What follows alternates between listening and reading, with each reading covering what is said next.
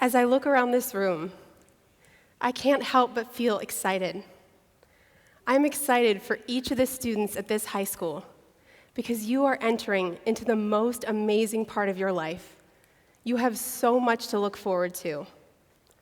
Going off to college, starting a career, getting married, and having a family, or whatever it is that you dream for yourself. In some sense, this is truly the beginning of your lives, and you have endless possibilities ahead for your future. But how would you feel if I told you that this was going to be the end of your life? Because that's what doctors told my parents when I was born with a fatal disease called cystic fibrosis. The doctors told them to love me and to cherish the time they had with me, but not to expect me to live to be an adult, as my life expectancy was less than 18 years old. The doctors explained that cystic fibrosis, or CF, is a genetic disease for which there is no cure.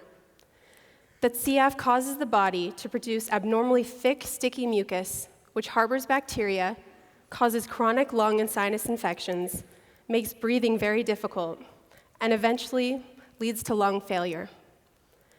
The thick mucus also clogs the pancreas and prevents the absorption of food, causing many people with cystic fibrosis to be very thin and malnourished. So, my parents took the doctor's advice. They loved me, and they cherished me, and they tried to protect me from anything and everything that could endanger my health. As a result, my early childhood was defined by what I could not do.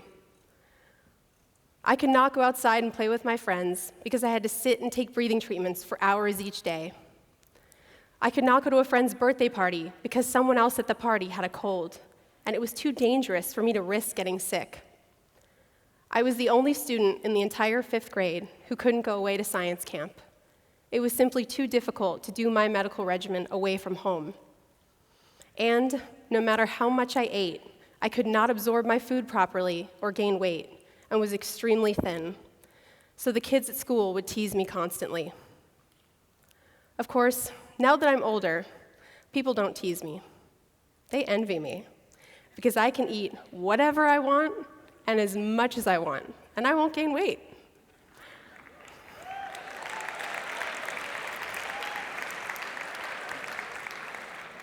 I have definitely been known to take down 3 boxes of macaroni and cheese by myself and then go out to dinner. But living with cystic fibrosis is a daily challenge. Every day, I take breathing treatments, and I use a device called the vest, which inflates and vibrates at high frequencies to loosen up the mucus and clear it from my lungs. I also take around 40 pills a day, including digestive enzymes with every meal. My whole medical routine takes 2 hours a day, and that's when I'm healthy. Even catching a simple cold usually results in round-the-clock treatments for 3 to 4 weeks. But when I was young, having cystic fibrosis was really just a nuisance to me. I did not understand the true implications of my disease. That is, until I was 10 years old. That's when my parents sat me down to tell me that my only friend with cystic fibrosis had passed away. She was 12 years old. I could not believe that my friend had died, someone I had really looked up to. I was devastated. It took a while for it to sink in, and then it hit me. I looked up at my dad with tears streaming down my face, and I asked him, "Is that what's going to happen to me?" That was the day that my life changed forever, because that was the day that I learned that my disease was not just a daily annoyance, it was deadly. So at that very young age of 10, I was faced with a life-altering question. Am I going to let the knowledge of my fate define the rest of my life? Or am I going to live my life to the fullest despite my illness? I had to decide how I was going to live my life, regardless of how much time I had. Was I going to be a victim of my disease or a survivor? Being 10, all I had ever really wanted was to feel normal, to be able to do things like my peers. I hadn't thought that much about my future.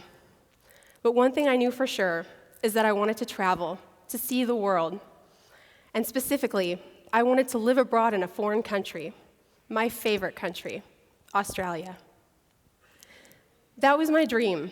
But realistically, knowing that I wasn't even able to sleep over at a friend's house, I couldn't imagine how I could possibly go to the other side of the world.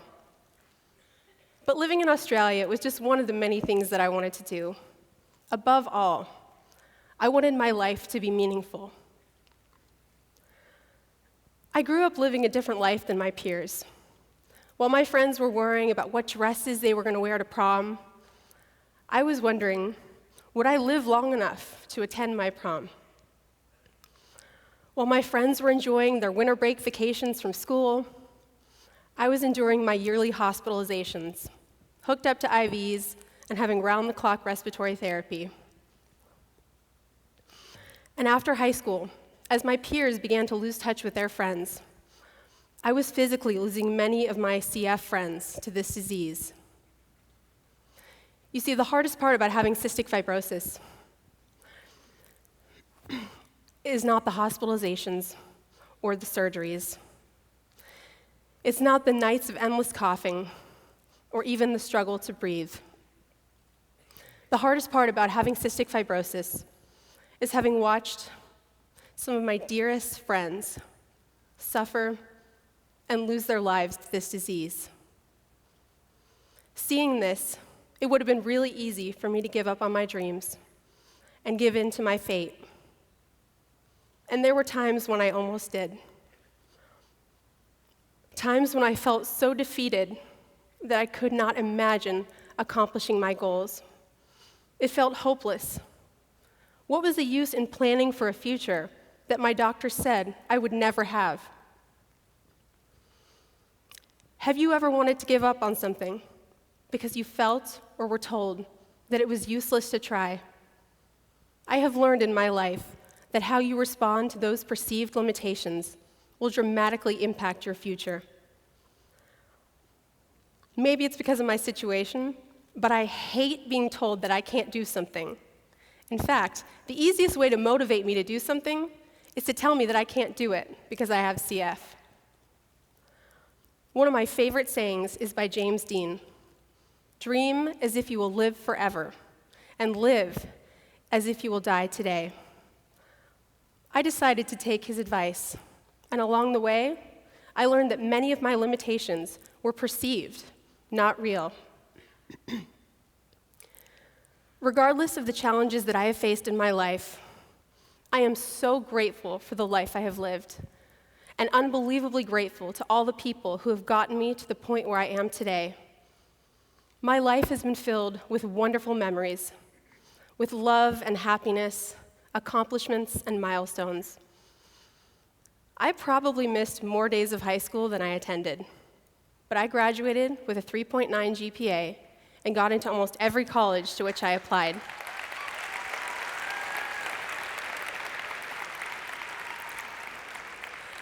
I will never forget when my parents got out a map, placed it on the table, and drew a ring around our house in Orange County. They told me, "You can go to any college within a 1-hour radius of our home." But I had my heart set on UC Santa Barbara, so I somehow convinced my parents that if there's absolutely no traffic on the 101 freeway, you can actually make it from Orange County to Santa Barbara in 1 hour. And they bought it. It's unbelievable. You see, I always love challenging my limitations, even if they were parent-made. I loved my time at UC Santa Barbara. Go Gauchos. And even though I had to take a semester off to be hospitalized with pneumonia, I graduated in time with my friends and with honors. And then, of course, there was Australia. Against the wishes of my doctors and parents, the day finally came when I went across the world by myself to experience the land down under. And as I stepped off that plane, I realized I had really done it. After everything that I had been through, after 10 sinus surgeries and 2 stomach surgeries, after more hospitalizations and trips to the emergency room than I can count, after my childhood was defined by what I could not do, and after thinking that my dream would never come true, I had finally made it to Australia. I was ready and excited to experience this new adventure and true freedom for the first time in my life. But on my first day in Australia, I ended up in the hospital. I had a major intestinal blockage, and the doctors in Australia were not sure what they should do. This is one of the many times in my life where I had a decision to make. Was I going to let CF stop me from realizing my dream? Or would I refuse to accept this limitation? So even though I was terrified, I made the decision to stay in Australia, and I did for a whole year. Thank you.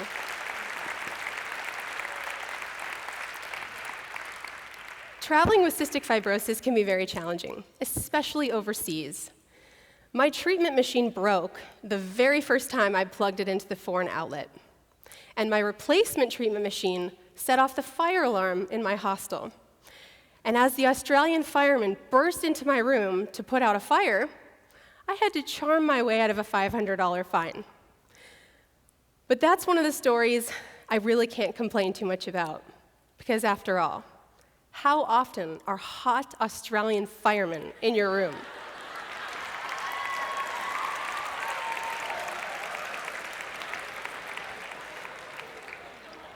My time in Australia was amazing. But while I was there, I developed another potentially life-threatening condition: the uncontrollable urge to go bungee jumping. I also went skydiving and scuba diving in the Great Barrier Reef. I swam with sharks, I rappelled down waterfalls, and I fed kangaroos. But my time in Australia was so much more than just a trip or even a dream come true. It was proof to myself that I could overcome my most challenging obstacles. If I could go across the world and overcome the things that were thrown my way, I could do anything. A long time ago, I made the decision to be a survivor. But that was not just a one-time decision. It's a decision that I have to continue to make every day of my life.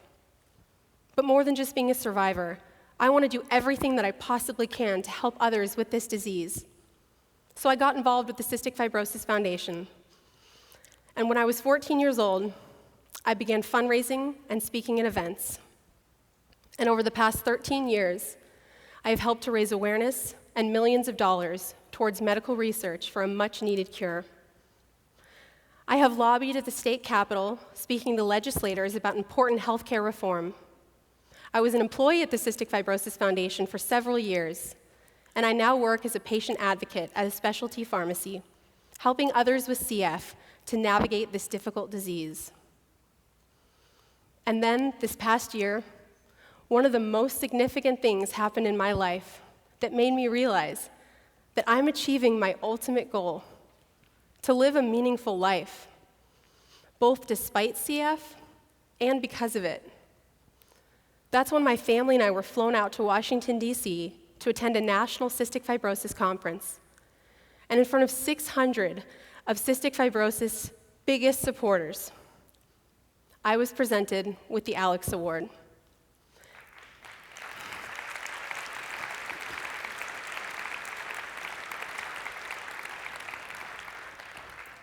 This is an award given to one individual with cystic fibrosis in the United States who is fighting this battle with courage and determination, and who is an inspiration to others with the disease. I have learned that having limitations can make us feel defeated and cause us to give up. Or these obstacles that we face can actually motivate us to push harder to accomplish our goals. And when we achieve them, it is that much more meaningful. Now, at the age of 27, I am living 9 years past my life expectancy.